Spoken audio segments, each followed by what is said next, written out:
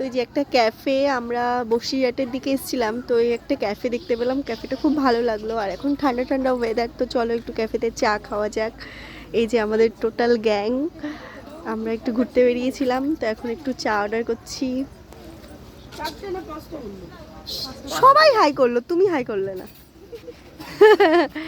চলো টোটাল ক্যাফেটা একটু তোমাদেরকে দেখাই, বেশি দেখানো যাবে না ওই দিকটা।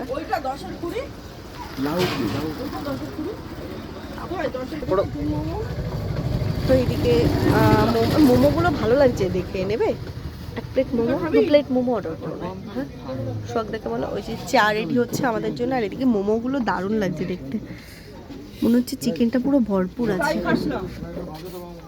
এমেগা এমেগা এমেগা স্টিম মোমোগুলো হেভি লাগছে।